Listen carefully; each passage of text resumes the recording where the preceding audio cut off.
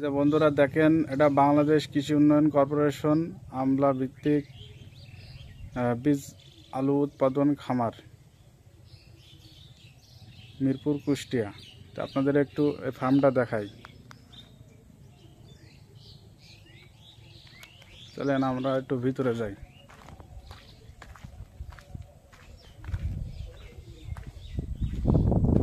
কত সুন্দর এই রাস্তাটা।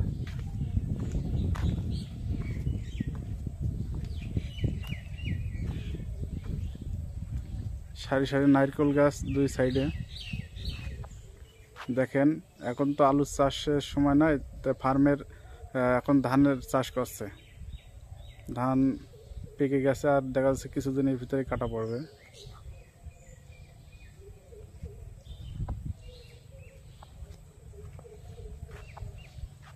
দুই সাইডটাই দেখাই।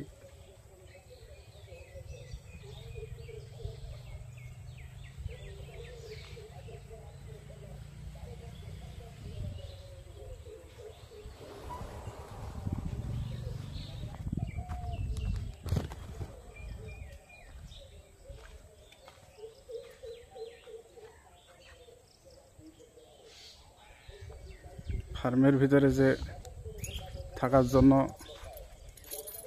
ঘর তৈরি করে দিয়েছে সরকার থেকে।